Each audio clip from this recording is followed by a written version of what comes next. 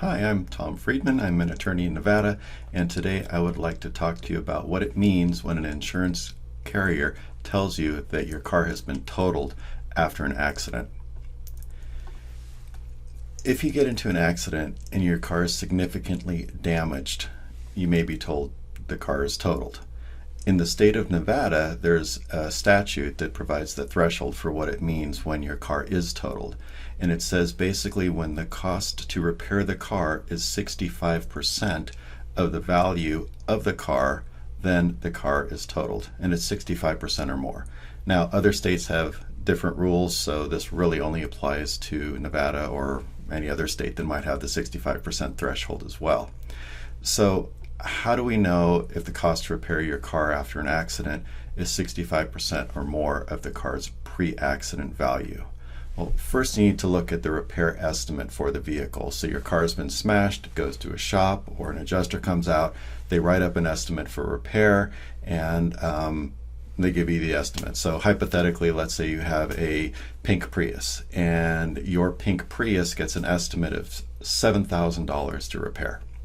So what does that mean? That doesn't really tell us much about whether the car is totaled or not. Now we need to figure out what the value of your pink Prius was immediately before the accident.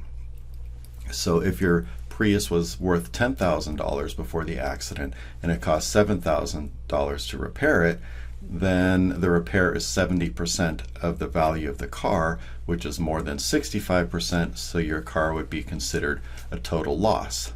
Now, if the value of your Prius immediately before the accident was $14,000, $7,000 is only 50% of the value, so the car would be repaired and it would not be considered a total loss. So, why would you care about this? Well, if your Prius is not totaled, then it goes to the shop, it gets fixed, and you get your car back, and life goes on like it was before. If your car is determined to be a total loss, you may be getting a check instead of the car back. And what will the check be? Well, it'll be approximately the value of your vehicle immediately before the accident. Now, what happens if you and your insurance company don't agree on the value of your car? So this is assuming that the person that hit you has insurance that covers this, or maybe you've got your own insurance that covers it. So what happens? The insurance company will make you an offer of settlement, and the primary line item in the offer of settlement is going to be the value of your car, and that value is determined immediately prior to the accident. It's not the purchase price of the car, it's the value of the car immediately before the accident happened. So sometimes that's called the fair market value. And many factors go into the value of the car. So we're talking about this hypothetical pink Prius. The model matters. So a Prius Limited, which costs more when new, is going to have a different value used than a Prius LE, which cost less when it was new.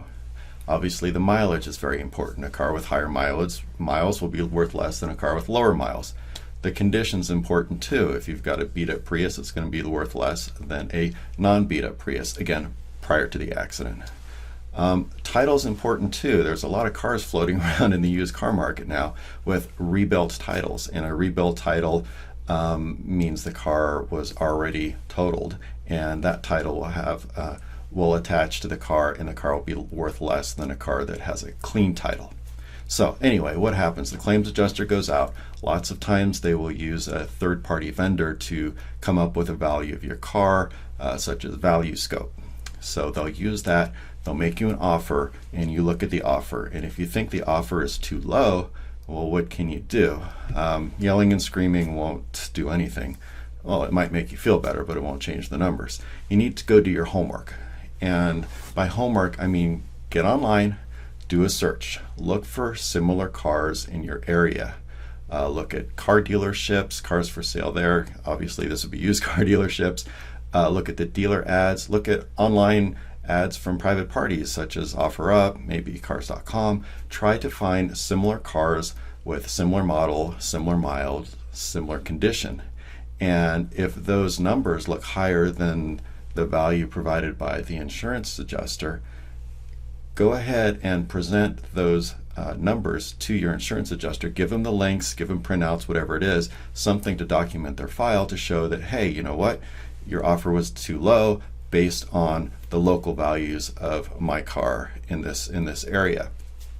Additionally, if you've done some big improvements, nice stereo system, a lot of recent maintenance, provide the receipts as well, because that'll show additional value to your car. Now, you're not going to get it dollar per dollar. If you go spend $3,000 on rims and tires, your car is not worth $3,000 more, but every bit helps. So use your evidence, present it to the claims adjuster, and talk to them, and you'll negotiate something, and you may work out a higher value for your car.